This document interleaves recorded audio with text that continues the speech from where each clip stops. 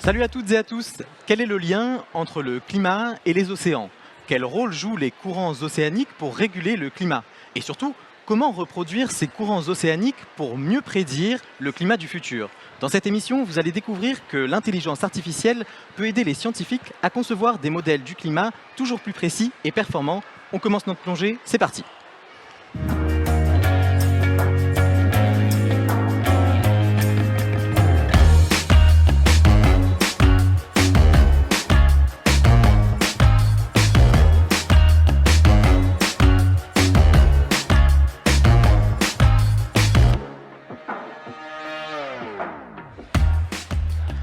Pour cette plongée dans le monde de l'océanographie, j'ai le plaisir d'accueillir Julie Day. Bonjour. Bonjour. Vous allez bien? Ouais, très bien. Super. Alors vous Merci êtes... de m'inviter.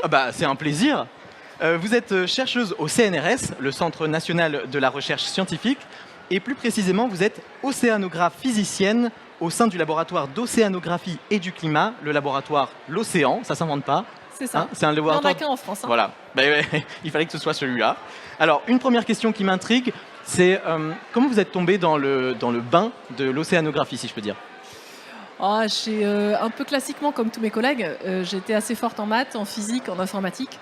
Et c'est les 3 ingrédients pour faire de l'océanographie. Et donc j'ai fait des études longues parce que ça marchait bien pour moi. Et puis au bout d'un moment, je me suis dit quand même que j'avais envie de rêver de mon métier. Donc que mon métier me fasse rêver. Et me réveiller tous les matins et me dire que mon métier, c'est d'étudier les océans. Juste dans ma tête, visualiser les océans. Et ben voilà, j'en suis arrivée là. Alors, vos travaux concernent plutôt la modélisation et la dynamique des courants océaniques. Pour quelles raisons c'est important d'étudier les océans et les courants océaniques, notamment dans le cas de l'étude du climat? Alors l'océan, en fait, c'est le moteur du climat terrestre. L'atmosphère, c'est la météo, c'est ce qu'on perçoit, mais c'est en fait quelque chose qui est très aléatoire. Ce qui va imprimer vraiment ce qui se passe d'une saison à l'autre, ce qui se passe d'une année sur l'autre ou d'une dizaine d'années à l'autre, c'est l'océan. L'océan, c'est vraiment la mémoire du climat, donc c'est à la fois ce qui perturbe le climat, mais c'est aussi ce qui fait que le climat est tel qu'il est. Alors jusqu'en 1850, jusqu'à la perturbation par l'homme, eh bien le climat était plutôt stable. Et bien ça, c'est la responsabilité de l'océan. D'accord. Alors, comme je le disais, vous vous intéressez plutôt aux courants océaniques. On peut rappeler comment naissent les courants océaniques dans les océans? Alors, les courants océaniques dans les océans, on va plutôt dire tout de suite que ça n'est pas le vent qui souffle et qui fait que l'océan se déplace. C'est bien de rappeler les choses. C'est des différences de densité de poids des masses d'eau à la surface des océans. Alors, ça peut être lié par des différences de pression. C'est un effet secondaire du vent, mais c'est d'abord parce qu'il y a des eaux chaudes à certains endroits, des eaux froides à d'autres endroits, et c'est ça qui met en mouvement. En fait, l'océan, c'est un gâteau de crêpes.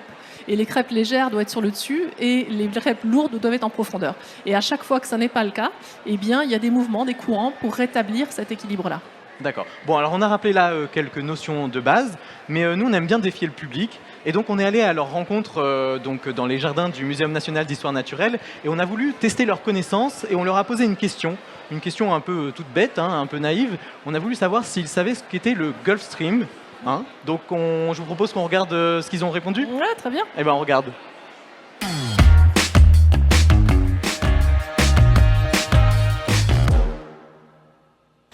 Non, je sais pas du tout ce que c'est. Ouais, ça me dit quelque chose vite fait. Alors le Golfe, c'est un vent, je crois. C'est un vent qui va de l'Amérique vers l'Europe, il me semble. C'est un courant qui part vers le Mexique, la Floride, et qui remonte vers la Manche et tout ça, ou un petit peu plus haut. Hein. C'est pour ça qu'on a un climat plus tempéré, par exemple, qu'aux États-Unis, où c'est plus continental. Parce que s'il fait chaud, par exemple, disons vers l'Amérique, et bien, du coup, cette chaleur-là, elle va suivre ce courant d'air et le ramener jusqu'en Europe. Je sais aussi que c'est en train de changer un peu, que justement, il pourrait y avoir des soucis en Europe à cause de ça. Et on sait qu'il n'est pas trop en forme, je crois, en ce moment. La mer se réchauffe, les courants changent et se modifient, et de ce fait, les côtes aussi sont réchauffées. Enfin, moi, je vois ça comme ça. Si c'est un courant chaud, j'imagine que s'il débarque là où il y a des glaciers, potentiellement, ça peut faire fondre les glaciers. Il y a des changements de température qui font aussi que ça crée des cyclones et pas mal de dérèglements, en fait, non pas seulement dans les océans, mais aussi sur la Terre, je crois. Bon, on voit que c'est pas très clair encore ce qu'est le Gulf Stream, hein. Si je résume, c'est un courant d'air, c'est chaud, ça dérègle le climat. Bon, pas sûr que tout soit correct là-dedans. Non, en effet, merci de m'inviter. Je pense qu'il faut rétablir un petit peu la base. Alors, Donc- dites-nous, expliquez-nous ce qu'est le Gulf Alors, Stream. Alors, d'abord, ne pas confondre jet stream et Gulf Stream. quelle est la différence? Parce que le jet stream, c'est dans l'air. Ouais. Et c'est en effet le grand courant d'air qui vient de l'ouest et qui s'écoule vers l'est et qui fait que ce qui arrive comme masse d'air sur la France, sur l'Europe, c'était avant sur l'océan. Et avant, c'était plutôt sur l'Amérique du Nord. Le Gulf Stream, c'est dans l'eau, c'est dans les océans. Et c'est par contre un courant on dit souvent que c'est pour ça qu'il fait beau en Bretagne, etc. Mais pas du tout, en fait. Ça, c'est faux. Le Gulf Stream, il est très localisé le long de l'Amérique du Nord, le long des États-Unis. Et une Ok. fois qu'il est parti au large, en fait, ça n'est plus le Gulf Stream, c'est Qu'est-ce qu'il autre devient chose. Ça devient en fait tous ces tourbillons que vous voyez à l'écran, Ouais. qui sont en fait des structures qui vont tourner, qui vont aller éventuellement vers l'est, vers le sud, vers le nord. Là, c'est ce qu'on voit là, Mais c'est ça? voilà, c'est ce qu'on voit ici. Mais la principale quantité de chaleur qui est transportée par le Gulf Stream, donc le long des États-Unis, il va du sud vers le nord, le long de la Floride, en fait, elle revient, elle recircule vers le sud. Et c'est uniquement une certaine partie, sous forme de tourbillon, qui à un moment va aller plus vers le nord, plus entre le Groenland, l'Islande et l'Irlande, mais certainement pas jusqu'aux côtes de la Bretagne, ça c'est complètement faux. D'accord. Alors, autre chose qu'on peut rappeler sur le Gulf Stream, c'est qu'il fait partie d'un ensemble de courants océaniques plus importants qui forment la circulation thermohaline. C'est ça? Alors, c'est un Tout mot à un peu fait, barbare. c'est là où les gens confondent. La circulation thermohaline, ça Ouais. en fait, c'est ce qu'on construit pour expliquer le rôle de l'océan dans le climat. Donc c'est une circulation qui est essentiellement animée par les gradients de température et de salinité, d'où son nom, mais c'est en fait surtout un agrégat de tous les courants océaniques qui transportent la chaleur de l'équateur vers les pôles. Et c'est en effet ce moteur qui régule le climat actuel. D'accord. Et comment ça fonctionne la circulation thermohaline alors? C'est ce que je disais, c'est en fait parce qu'il y a des masses d'eau chaude qui Ouais. se retrouvent à la même profondeur que des masses d'eau froide. Et ça, en fait, c'est porteur d'énergie potentielle. Et donc, le système n'aime pas, il cherche à réduire l'énergie potentielle. Et donc, les masses d'eau chaude vont prendre la place des masses d'eau froide et s'écouler de l'équateur fait. vers le nord. Et les masses d'eau froide vont au contraire aller dans l'autre sens, du nord vers le sud. Est-ce que c'est le phénomène de tapis roulant dont on entend parler par moment? Tout à fait. Le problème de limiter la circulation thermohaline ou la conveyor belt, comme on dit en anglais, à cette histoire de tapis roulant, c'est qu'on pense que c'est un seul et même courant qui est continu partout. C'est pas le cas en fait. Ok. Ça n'est qu'une construction mathématique qui agrège ensemble plein de courants individuels. C'est pour ça que du coup, quand on pense que ça va s'arrêter et tout va se casser, ou si on coupe à un endroit le tapis roulant, à l'autre côté, ça va être coupé aussi, ça c'est faux en fait. C'est pour ça que étudier l'objet circulation thermohaline requiert beaucoup d'expertise et notamment la modélisation parce que c'est beaucoup plus complexe que ça. D'accord. Alors, on va y venir. Mais avant, je voudrais quand même qu'on rappelle aussi aux gens comment la circulation des courants océaniques peut jouer un rôle sur notre climat, par exemple en Europe. Comment ça influe? Alors, tout à fait. On le voit typiquement sur la carte tout de suite. En fait, le Gulf Stream lui-même, pour le coup, c'est ça dont on parle. Quand il emmène des masses d'eau chaude un petit peu vers le nord, il réchauffe l'air qui est au-dessus. Et ce sont ces masses d'eau plus chaudes qui vont arriver ensuite en Europe. Et puis, fondamentalement, tout l'intégral de tous les courants qui font cette circulation thermohaline, c'est la même chose. Elles vont continuer à amener plus de chaleur vers le nord. Et c'est ça qui va faire le climat de l'Europe tel qu'il est. Il y a aussi un autre effet pour le climat, c'est qu'en fait, cette circulation thermohaline, elle va piéger en profondeur des masses d'eau relativement chaudes finalement, Ouais. et surtout riches en carbone, qui elles vont rester en profondeur pendant très longtemps. Et ce sont Capture le ces deux CO2. qui capturent le CO2. Et c'est ces deux éléments-là qui font que c'est vraiment un des moteurs principaux du climat actuel. Et du coup, on cherche à connaître un peu l'avenir de cette circulation-là. Est-ce qu'on a déjà une idée de son avenir, de ce qu'elle va devenir? Alors, donc déjà, les observations, tout de suite en ce moment, sont pas du tout suffisantes. Comme je le disais, c'est plein de courants qu'il faut mesurer en même temps pour savoir quelle est l'amplitude actuelle et qu'est-ce qui est en train de se passer. Donc on passe par l'outil modélisation.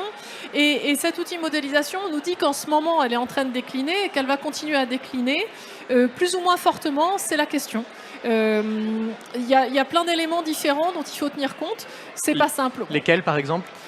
Mais par exemple, cette ventilation des masses d'eau profondes, là, ce qu'on appelle la convection profonde, la formation des eaux denses, ce sont des phénomènes qui se produisent sur des très petites échelles, qui sont uniquement à certains endroits, mais parfois ça peut être déplacé, ça peut jouer le même rôle. Donc ça, il faut en tenir compte pour savoir exactement à quel moment ça va s'arrêter ou pas. C'est des phénomènes très complexes à prendre en compte, à analyser. Il y a beaucoup de paramètres qui rentrent en compte.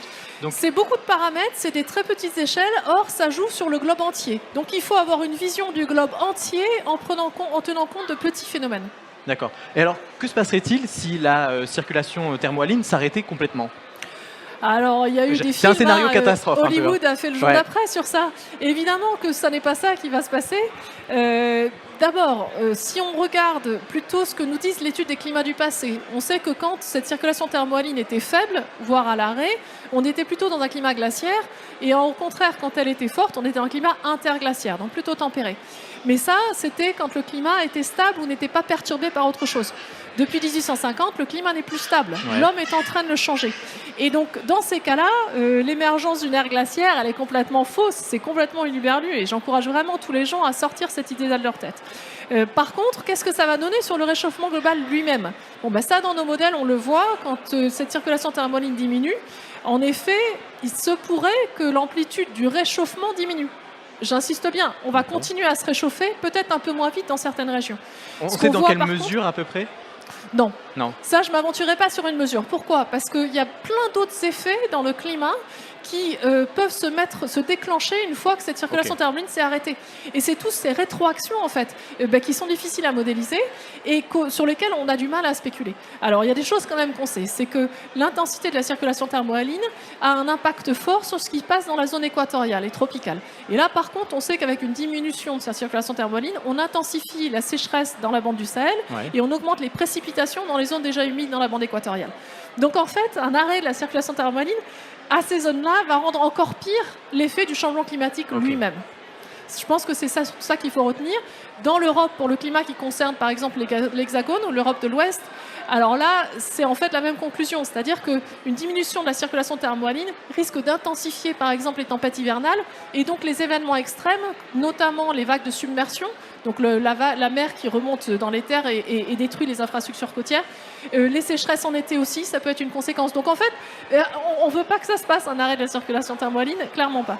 Ok, bon. Mais heureusement, vous êtes là pour étudier un peu tout ça et on a commencé à comprendre effectivement que vous vous basez beaucoup sur des modèles. Est-ce que vous faites des mesures sur le terrain aussi? J'imagine que ça doit être super compliqué d'aller un peu partout à la surface des océans, en profondeur, étudier tous les courants. Tout à fait, mais on le fait, oui. Alors moi, personnellement, je ne peux pas tout faire, mais on travaille beaucoup en collaboration.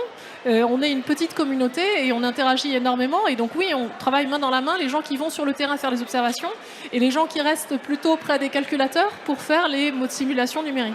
D'accord. On est d'accord que quand même, il y a peu de mesures qui sont effectuées sur place. Donc c'est pour ça qu'on a besoin des modèles numériques. Oui, parce qu'encore une fois, je le disais, la circulation thermohaline, il faut mesurer tous les courants au travers, par exemple, depuis la Floride jusqu'à la Mauritanie, en même temps. Donc il y a un seul programme qui le fait depuis 2004. Le reste ne sont que des spéculations sur des mesures indirectes. Donc oui, c'est uniquement les modèles qui nous apportent vraiment la compréhension de la variabilité de cette circulation thermohaline. D'accord. Bon, on va comprendre un peu dans la suite de l'émission quels sont leurs avantages, leurs limites à ces modèles. Mais tout de suite, on va retourner voir le public. On va tester à nouveau leurs connaissances. Et cette fois, on leur a demandé qu'est-ce qu'était un modèle numérique. Donc on regarde leur réponse. Alors là, pas du tout, aucune idée. Pas du tout, et je vois pas ce que ça peut être. Mais un modèle numérique, il y a tellement de modèles numériques dans tous les domaines. Si je devais faire une hypothèse, ça serait des simulations peut-être faites par des chercheurs. C'est en fait un quadrillage du terrain qui va permettre de calculer plein de choses sous forme de mailles. On dit qu'en 2050, la température va s'élever de temps, et c'est grâce à ces modèles justement. Créer mettons un ouragan ou une tempête, et puis on va voir les incidences que ça peut avoir sur par exemple sur les habitations. Je sais pas, je pense que ça peut être utilisé un peu partout, non? En général, on dit que les modélisations se plantent régulièrement, donc je sais pas si c'est vraiment très très utile, mais enfin bon, on peut peut-être en tirer quelques données, mais. Donc un bon modèle, ça va être un modèle dont les bases physiques permettent d'obtenir la précision qu'on souhaite avoir. Les modèles numériques ont besoin de beaucoup d'informations. Donc plus on a d'informations, plus on pourra avoir des modèles qui se rapprochent de la réalité. Ça devra peut-être demander des gros ordi ou des gros serveurs pour pouvoir avoir beaucoup d'itérations, pour arriver à quelque chose qui soit plus ou moins juste. Puis des personnes calées en technique derrière, quoi. Voilà. Alors Julie, qu'est-ce que ça vous évoque, toutes ces réactions là à chaud? Il y a du vrai, il y a du faux. Il y a des éléments qui sont bons. En effet, il faut des gros calculateurs. Simulation, modèle numérique vont de pair. Est-ce qu'il faut s'en méfier en permanence? Non. Clairement pas, parce qu'ils ne sont pas faux. Ils sont là justement pour nous aider à mieux comprendre le monde qui nous entoure. Alors, on va commencer par rappeler du coup ce qu'est un modèle. Est-ce que vous pouvez nous expliquer ça et peut-être prendre un exemple? Alors, je pense qu'il faut vraiment contextualiser ici. Je vous parle des modèles de l'océan et du climat, d'accord? On a la chance que ce sont des milieux continus pour lesquels on connaît les équations qui régissent ces mouvements-là. On les connaît. Celles-là, elles sont incontestables, les équations physiques. Le seul problème, c'est qu'elles sont tellement complexes que juste à la main, avec un papier et un crayon, on ne peut pas les résoudre. On ne peut pas connaître la solution. Donc on passe par une résolution numérique, par un ordinateur. Mais par contre, pour transférer ou réécrire ces équations dans un langage compréhensible par les ordinateurs, eh bien, il faut passer par des recettes mathématiques. Donc on va interroger nos collègues mathématiciens pour le faire. Et ensuite, on le fait fonctionner, on le fait tourner. C'est comme un jeu vidéo virtuel, en fait, qui représente le climat de la Terre et notamment les océans de la Terre. Et cela, eh bien, si on a travaillé complètement indépendamment des vraies mesures, eh bien, on les valide contre les vraies mesures. Et là, on voit où est-ce que le modèle est bon ou moins bon, qu'est-ce qu'il représente. Quand on est en train de faire le climat du futur, on n'a pas les mesures, par définition. Donc, en fait, on se pose la question par rapport au climat du passé. Est-ce que notre modèle est capable de représenter les fluctuations du climat passé, sachant que, je répète, on est dans des modèles ici qui n'ont pas appris des observations. C'est des modèles qui sont complètement indépendamment des observations, sinon on ne pourrait pas les valider, en fait. Ok. Alors, on peut prédire sur quelle échelle de temps avec des modèles? Ah, mais on peut prédire toutes les échelles de temps. La question, c'est avec quelle précision. À la fois précision en sens de l'erreur qu'on accepte de faire éventuellement, mais aussi précision en sens de complexité. Là, ici, on voit des figures, on a vu des figures tout de suite qui étaient très fines, on voyait vraiment tous les petits tourbillons. Ça, ce sont des modèles qui sont très coûteux et sur lesquels il n'y a pas vraiment de sens d'intégrer plus que 10, 20 ou 30 ans. Les modèles de climat, ce sont des modèles qu'on fait reproduire des milliers d'années. Et pour des milliers d'années, ce serait beaucoup trop coûteux. On n'est pas capable de le faire pour avoir cette finesse. Donc, on fait des simplifications, on représente l'effet des petits processus, mais le modèle lui-même est plus grossier. Il y avait un public qui parlait de taille des mailles, en effet, c'est ça sur lequel on joue. Je vais y venir justement, puisque là, on a vu quelques modèles des courants océaniques qui sont passés à l'écran. On pourrait avoir l'impression justement que c'est très fin, qu'on arrive à reproduire très correctement ces courants océaniques, mais il y a quand même une difficulté, c'est qu'ils ne sont pas si bien représentés que ça. Pour quelle raison? C'est parce que justement c'est trop grossier, on n'arrive pas à être... il manque une échelle? Tout à fait. Alors le Gulf Stream, il faut le savoir, c'est ce qu'on appelle un courant limite. C'est-à-dire que c'est un courant qui est très très fin, qui est très intense et dont la largeur totale est égale à une des mailles des pixels des modèles de climat. Donc forcément, on n'est pas capable de représenter cette finesse-là. Mais ce n'est pas très grave, parce qu'on introduit son effet dans les modèles du climat. Alors bien sûr, on peut toujours recommencer à améliorer. Le métier du scientifique, c'est toujours de remettre en question ce qu'il a fait avant et de revoir ses hypothèses pour essayer d'améliorer. Ça, typiquement, c'est une image à très fine résolution du Gulf Stream. C'est d'ailleurs une observation par le satellite. Voilà, quand on voit les gros pixels, c'est ça ce que verrait le modèle de climat de cette image-là. Ça, c'est la résolution qu'on a avec les modèles. Ça, c'est la résolution qu'on a avec les modèles de climat. Donc, on voit bien que le modèle de climat, il ne peut pas faire toutes ces petites circulations, tous ces anneaux, tous ces filaments. C'est pas possible. Techniquement, il n'est pas capable de le faire. Mais ça ne veut pas dire que ces processus ne sont pas présents. On a introduit, on a paramétrisé ces effets-là dans le modèle de climat. Alors, c'est pas parfait, et c'est un des sujets de recherche actuelle, d'améliorer ces représentations de ces processus. D'accord. Mais on a besoin de le faire parce qu'il n'y a que le modèle avec les gros pavés qu'on peut intégrer pendant des milliers d'années. Et ça, on a besoin de le faire quand on fait le climat du futur, parce qu'encore une fois, la seule validation qu'on peut faire, c'est par rapport aux fluctuations du climat du passé. D'accord. Peut-être une question qui arrive spontanément, c'est de se dire, si finalement ces modèles ne sont pas si parfaits et si précis, est-ce que les modèles qu'on a, par exemple, qu'on utilise dans les prévisions du GIEC pour prédire les climats du futur, est-ce que c'est correct? Est-ce qu'on fait des prévisions correctes pour le futur? Alors, c'est une question qu'on se pose au quotidien, ouais. les modélisateurs océanographes et climatologues. Donc, on a plusieurs façons d'adresser ou de formuler des réponses. D'une part, on ne fonctionne pas sur un seul modèle. Le fait d'avoir une diversité de modèles et de tous voir s'ils sont en accord ou pas, ça nous permet de dire, grosso modo, sur quoi ils semblent converger. Et alors, c'est pas parce que non plus tous les modèles sont d'accord que c'est ça la vérité, mais au moins ça nous donne une indication sur ce qui est différent de l'un à l'autre. Après, comme je disais, on a quand même des observations sur lesquelles on peut confronter nos modèles. Et notamment la capacité, quand on fait le climat futur, en fait, on veut savoir la capacité du climat à changer. Et sur ça, il faut regarder les changements du climat passé. On a quelques observations indirectes. On sait ce qui peut se passer quand, par exemple, les calottes glaciaires sont en train de fondre ou sont en train de se constituer. Et bien ça, on peut se poser la question comment le modèle le fait. D'accord. Bon, alors si je résume, un petit point d'étape dans l'émission, on arrive à reproduire les courants océaniques grâce à des modèles. Ces modèles les représentent, mais pas de manière très fine. Et donc pour ça, c'est votre travail, c'est d'essayer d'atteindre plus de précision pour prédire le climat futur avec encore plus de précision. Et pour ça, un moyen d'aider, c'est d'utiliser ce qu'on appelle des jumeaux numériques. Alors, c'est quoi un jumeau numérique? Alors un jumeau numérique, c'est déjà un terme qui vient d'ailleurs, qui est arrivé dans l'océanographie et dans la climatologie, qui grosso modo dit le problème des modèles de climat, c'est leur maille qui est trop grossière. Il suffit d'avoir des pixels beaucoup plus fins, comme on le voit dans nos photos avec nos téléphones, et tout ira bien. Et avec ces pixels très fins, on pourra contraindre très fort le jumeau numérique pour être très près des observations. Donc là, pour le coup, ils ne sont plus indépendants. C'est pas tant la résolution des équations de la physique qui importe, c'est le fait d'être très proche des observations qu'on fait directement du système Terre. Et voilà, ça va résoudre tous nos problèmes, et notamment le problème des productions du futur. Ça, malheureusement, ce ne sont pas des bons arguments, en fait. Parce que, je reviens, la physique, elle est là. La physique, elle est importante. Et certes, en faisant des petits pixels plus fins, on voit plus de précision, mais on n'est pas sûr de faire mieux la physique. Et surtout, on ne sait pas quantifier l'incertitude ou les erreurs de ces modèles. Si, à partir du moment où on prend l'observation dans la construction du modèle, on peut plus se servir de l'observation pour valider si le modèle est bon ou pas, parce que par construction, on l'a mise à l'intérieur.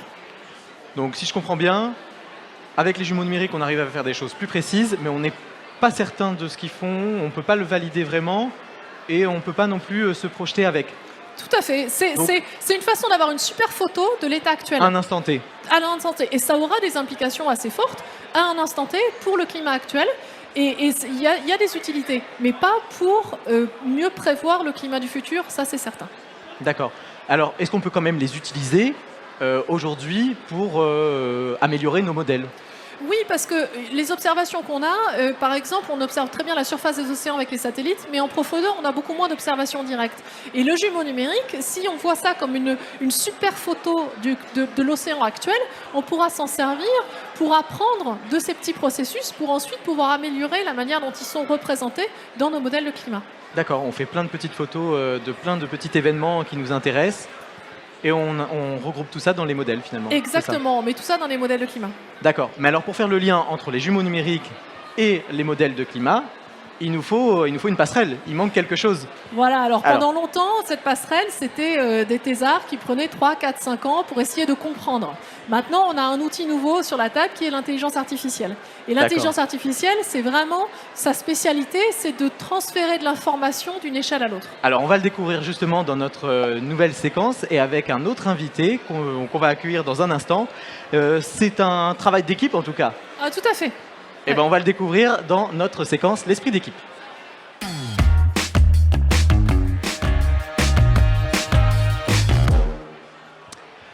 Bonjour Redouane El Gansset. Bonjour Julie, bonjour Jean et bonjour à tout le monde ici présent et en ligne. On est ravis de vous accueillir. Alors vous êtes ingénieur de recherche et statisticien à l'IRD et comme Julie, vous êtes affecté à l'IPSL. L'IPSL, je ne suis pas sûr de l'avoir décrit tout à l'heure. C'est l'Institut Pierre-Simon Laplace, effectivement, c'est l'IPSL. Ok, alors Redouane et Julie, vous vous connaissez très bien, hein. Je crois savoir que vous travaillez très régulièrement ensemble.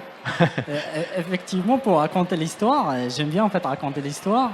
Alors, c'est grâce à Julie en fait que je me suis intéressé encore plus à cette combination en fait de l'intelligence artificielle, la modélisation de climat, et en fait j'avais effectué un postdoctorat avec elle parce qu'à la base moi je viens de la communauté vraiment purement intelligence artificielle, et donc voilà, on a travaillé sur plein en fait d'applications et on a aussi exploré des idées pour en fait voir comment l'intelligence artificielle peut servir à améliorer les modèles climatiques. D'accord, alors on va s'y intéresser, mais d'abord je voudrais savoir comment fonctionne votre duo au quotidien. C'est quoi? C'est un échange en permanence? J'imagine que l'un nourrit l'autre. Tu peux commencer, Julie. Normalement, c'est moi qui parle beaucoup et il me dit non, tu te trompes complètement. Au quotidien, c'est vraiment d'abord une confiance de savoir qu'on n'est pas en train de juger la personne, mais en train d'aider la personne à faire de la meilleure science. Et c'est quelque chose que j'apprécie beaucoup avec Redouane et avec tous mes collaborateurs en général, c'est qu'on a confiance dans la valeur qu'on apporte à l'humain. Et ça, on peut le mettre de côté. Et derrière, on peut vraiment dire scientifiquement, oui, je suis complètement d'accord, ou non, là, tu dis vraiment n'importe quoi. Il faut absolument dire les choses autrement, ou il faut absolument que tu considères les choses différemment. Et au quotidien, en fait, ça passe par là. Donc, les gens qui ne se rendent pas compte souvent disent, mais vous vous engueulez tout le temps. Non, on s'engueule pas, c'est la science, c'est la confrontation des arguments, c'est la remise en question permanente, et c'est ça qui fait qu'on fait mieux la science derrière, et qu'on est plus sûr de ses résultats. Donc chacun avec son expertise, comme ça, vous arrivez à avancer. Oui, effectivement. En fait, je m'identifie comme un chercheur interdisciplinaire. Ouais. Et quand on est chercheur, ingénieur interdisciplinaire, on est en fait entre deux chaises. Donc, dans mon cas particulier, c'était la communauté machine learning et la communauté modélisation du climat. Donc, quand j'ai commencé en fait avec Julie, on avait quand même passé beaucoup de temps juste pour trouver des mots, pour discuter, pour communiquer en fait. Il y avait beaucoup de travail en fait de traduction de termes qui des fois en fait existaient dans les deux communautés. D'accord, chacun doit apprendre le vocabulaire de l'autre. Exactement. Donc vous, Redouane, vous devez apprendre le vocabulaire de l'océanographie. Exactement. Et vous, Julie, vous devez apprendre le vocabulaire du statisticien. C'est vraiment apprendre une langue, et sauf qu'on ne sait pas, c'est que c'est la même langue, c'est-à-dire qu'on parle en français, on parle en anglais, mais on parle en code numérique, mais c'est ce qu'on met derrière en fait. Ouais. Et ça, comme tout le monde qui apprend une différente langue, on n'a pas de dictionnaire, on n'a pas de méthode, il faut le pratiquer. D'accord. Alors, on va revenir à notre problème finalement de jumeaux numériques qu'on voudrait intégrer dans les modèles pour qu'ils soient plus précis. Et donc, l'IA, on a dit, l'intelligence artificielle, est une passerelle pour faire ça. Redouane, expliquez-nous comment l'IA peut contribuer à faire cette passerelle. Alors, ce n'est plus un secret pour vous. En fait, l'IA a touché plein de domaines en fait, de sciences et d'ingénierie. Et bien sûr, la modélisation de climat n'est pas une exception. Alors, il y a plusieurs manières en fait, d'inclure l'IA ou d'utiliser des techniques qui proviennent de l'IA pour améliorer les jumeaux numériques et aussi nos modèles actuels. Je peux en sélectionner par exemple un exemple. Peut-être ça sera plus facile si on reste sur un seul exemple. Ce qu'on appelle la calibration de modèles. C'est une manière. C'est un mot un peu barbare, hein. Faites pas peur aux gens. Calibration de modèles. Je vais essayer en fait de vulgariser vraiment cet exemple-là. Donc vous avez déjà discuté en fait de modèles de simulation numérique. Ouais. Donc vous pouvez en fait l'imaginer comme un code informatique, du texte en fait. Et puis avant de le lancer, l'exécution de ce code, il y a en fait des paramètres qu'il faut sélectionner au début. Vous pouvez voir par exemple, vous pouvez l'imaginer comme des boutons à régler, à tuner avant de lancer ce code informatique. Et pour faire le choix en fait des valeurs de ces entrées, de ces boutons, c'était en fait toujours, on s'était posé sur l'expertise humaine des physiciens. D'accord. Et donc concrètement, ça veut dire quoi? On peut choisir pour le paramètre A le chiffre 5, pour les autres d'autres chiffres, etc. Lancer le modèle, regarder qu'est-ce que ça donne, comparer avec les observations. Si ce n'est pas satisfaisant, il faudra remonter encore une fois, relancer, retuner, recalibrer. Donc c'est là où provient le nom calibration. Et donc c'est un processus qui est très coûteux. Ça prend du temps, ça coûte de l'argent. C'est très coûteux, ouais, effectivement. Et donc là, l'IA a par exemple en fait des outils qui peuvent permettre d'accélérer cette recherche de paramètres. Et donc ça se fait en fait en utilisant des maths et de l'informatique, sans rentrer trop dans les détails. Et donc ça peut permettre à la fois d'économiser le temps d'exécution de ces codes, aussi d'arriver à des résultats meilleurs, mais aussi à réduire l'empreinte carbone du computing, de la calculation. Donc ça, l'IA, là on a compris, c'est une façon d'ajuster les paramètres de départ pour que les modèles fonctionnent. Mais maintenant, si on veut s'intéresser vraiment aux jumeaux numériques et essayer de les intégrer dans les modèles, comment on peut faire avec... Alors, on peut penser, puisque les jumeaux numériques en fait, ont pour but vraiment d'augmenter la résolution, on peut en fait se servir en fait, de ces simulations et les utiliser pour améliorer des modèles qui sont de basse résolution. D'accord ? Et donc cela, ça va nous éviter en fait de redévelopper des jumeaux numériques parce que ça va être vraiment très très très coûteux de développer un jumeau numérique. Et donc utiliser par exemple une seule simulation de jumeaux numériques et en extraire de l'information à travers des algorithmes d'IA, ça peut permettre en fait de faciliter, d'améliorer d'autres modèles de basse résolution qui ne sont pas aussi coûteux que le jumeau numérique et qui vont nous permettre de tester d'autres hypothèses scientifiques, de faire de la science en fait plus rapidement et plus économiquement. D'accord.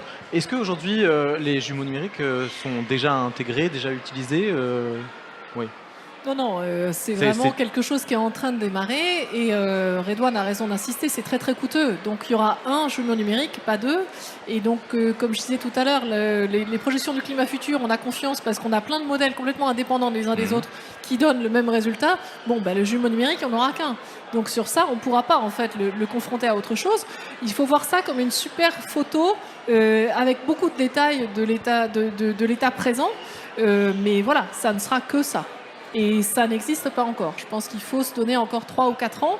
Alors voilà, ça a un coût numérique, un coût carbone qui est associé. Il faut se poser vraiment la question dans quelle mesure c'est utile vu le coût que ça représente. D'accord. Alors, vous disiez qu'avec l'IA, on pouvait justement réduire un peu les coûts. On peut aussi accélérer les modèles pour qu'ils soient plus performants. Comment ça marche là encore ? Effectivement, il existe en fait des algorithmes qui peuvent permettre d'émuler des parties du modèle numérique. Donc un modèle par exemple de simulation du climat, il contient plein de modèles, plein de sous-modèles on va dire, numériques, et avec l'IA on peut essayer d'émuler quelques parties. Émuler, c'est-à-dire ? Émuler, ça veut dire remplacer, on va dire. Remplacer en quelque sorte quelques parties. Donc on n'est pas ici sur le remplacement de tout le modèle de climat, mais juste de quelques parties peut-être très coûteuses. Donc ça va permettre en fait à avoir une sorte de modèle qui est hybride, donc IA et physique, mais qui est plus rapide à lancer. Et plus rapide, ça veut dire quoi ? Est-ce qu'on a une idée de combien on accélère ? Alors, Julie, elle peut vraiment raconter... Il faut savoir que les simulations qu'on fait du climat futur, en tout, c'est 2 ans de temps de calcul en permanence dans des grosses machines, des gros calculateurs dont il existe une petite dizaine sur la planète entière. La phase la plus importante, c'est ce qu'on appelle la mise à l'équilibre du système. Et celle-là, avec l'intelligence artificielle, on peut espérer la réduire par 2. 50% de réduction, bon, ça restera très long, mais en fait, c'est très, très significatif pour nous. Surtout, ce que l'intelligence artificielle peut faire en accélérant, c'est de nous permettre de quantifier l'incertitude associée avec nos modèles eux-mêmes. Qu'est-ce que ça apporte, ça ? Ça, c'est vraiment l'enjeu des prochaines projections de climat futur. C'est en fait, c'est pas uniquement donner une barre d'erreur, à savoir si la société se comporte comme ci, comme ça, il fera plus 2 degrés, plus ou moins 0,5. C'est pas juste ça, en fait. C'est vraiment pouvoir quantifier par rapport à toutes les hypothèses qu'on fait au moment de la construction de nos modèles, si on est juste ou si on n'est pas juste, et tout ce qu'on doit encore affiner pour avoir une meilleure projection du futur. C'est ça aussi qui nous limite pour l'instant pour donner des projections du climat futur à l'échelle régionale. On n'est pas capable de dire en 2100 quel sera le climat en Normandie, par exemple. Ça, on n'est pas encore pas capable de le faire, parce que ce qu'on fait, bon, on en a des résultats, mais on ne sait absolument pas s'ils sont faux à plus ou moins 5 degrés ou plus ou moins 15 degrés. D'accord. Bon, cette quantification des incertitudes, c'est pour mieux poser ces barres d'erreur, mais surtout savoir quel est l'impact de toutes les approximations qu'on fait avant. Et à chaque fois qu'on peut accélérer le calcul par l'IA, pour le remplacer, on économise du carbone. Donc en fait, on nous permet de le faire sans aggraver le changement climatique. D'accord, je comprends bien. Alors, on parlait d'accélérer les choses. Ce qui est intéressant aussi peut-être de rappeler aux gens, c'est combien de temps prend toute cette chaîne de production entre le moment où Redouane, vous proposez quelque chose qui fonctionne, et puis le moment où il est utilisé vraiment pour les projections du GIEC, par exemple. Combien de temps ça prend toute cette chaîne de production ? Redouane a commencé à travailler il y a 2 ans déjà. Sur un modèle joué. Sur un modèle joué. Ce n'est même pas encore en fait, le modèle réel. Donc voilà. il y a toujours une étape en fait, on va dire de design et de choix de techniques machine learning, et donc de test aussi sur des modèles plutôt simplistes, parce qu'on peut en fait essayer, on peut se tromper, on peut revenir en arrière, ce sont juste des modèles joués, et ensuite voilà, je passe la main je pense à dans 4 ou 5 ans, on aura des projections de climat futur qui se serviront de ce que Redouane a développé. Donc en tout, c'est des projets sur 7 ans. 7 ans, c'est rapide en fait. La science, elle prend du temps, la science. D'accord. Alors après, on parle beaucoup d'intelligence artificielle, on ne peut pas tout reposer non plus sur l'intelligence artificielle. L'expertise des physiciens, des physiciennes comme vous est aussi importante, Julie. Tout à fait, c'est vraiment quelque chose que j'aimerais que le grand public comprenne, et aussi nos collègues scientifiques, et la fête de la science est là pour le dire. La science, c'est une histoire de collaboration, c'est une histoire de co-construction, et encore plus quand on va faire des choses à l'interface entre 2 disciplines. Et clairement, Redouane travaille maintenant à l'IPSL, il est dans la maison. Alors parfois, il se sent tout seul, parce que quand il parle intelligence artificielle, personne ne le comprend. Mais justement, on co-construit ensemble nos projets, c'est la seule manière d'en extraire le plus de résultats le plus vite possible. D'accord, c'est le travail ensemble qui fait avancer les choses. Peut-être, est-ce que vous avez un conseil, peut-être vous qui avez justement un peu, Redouane, construit votre métier finalement, puisque vous avez associé 2 disciplines, c'est assez unique. Est-ce que vous avez un conseil pour les jeunes qui voudraient se lancer aussi dans ces domaines? Oui, effectivement, j'ai quand même la chance et je pense le privilège aussi de travailler dans 2 domaines qui sont vraiment des domaines, ce qu'on appelle en anglais des hot topics, donc des domaines vraiment très chauds D'actualité, voilà, d'actualité. Et ce qui est bien aussi, c'est qu'au fil des dernières années, on a de plus en plus d'intérêt. On a de plus en plus de gens qui travaillent, des chercheurs, des ingénieurs qui travaillent à l'interface entre les 2 domaines. Et donc ça, c'est encourageant, bien sûr, aux jeunes qui veulent se lancer dans le domaine. Et pas que, hein, j'en connais aussi des seniors aussi qui souhaitent, en fait, découvrir l'intelligence artificielle, qui vient du monde de la physique vers l'intelligence artificielle, et l'inverse aussi, des spécialistes d'IA qui commencent à s'intéresser, en fait, à des problématiques plutôt orientées climat. Donc voilà, si j'ai un conseil, c'est allez-y et soyez surtout ouverts et patients. Surtout patients. Très bien. Bon écoutez, merci à tous les 2 pour cette immersion dans les courants océaniques. Merci à vous de nous avoir suivis. On se retrouve bientôt pour de nouvelles découvertes scientifiques. À très bientôt.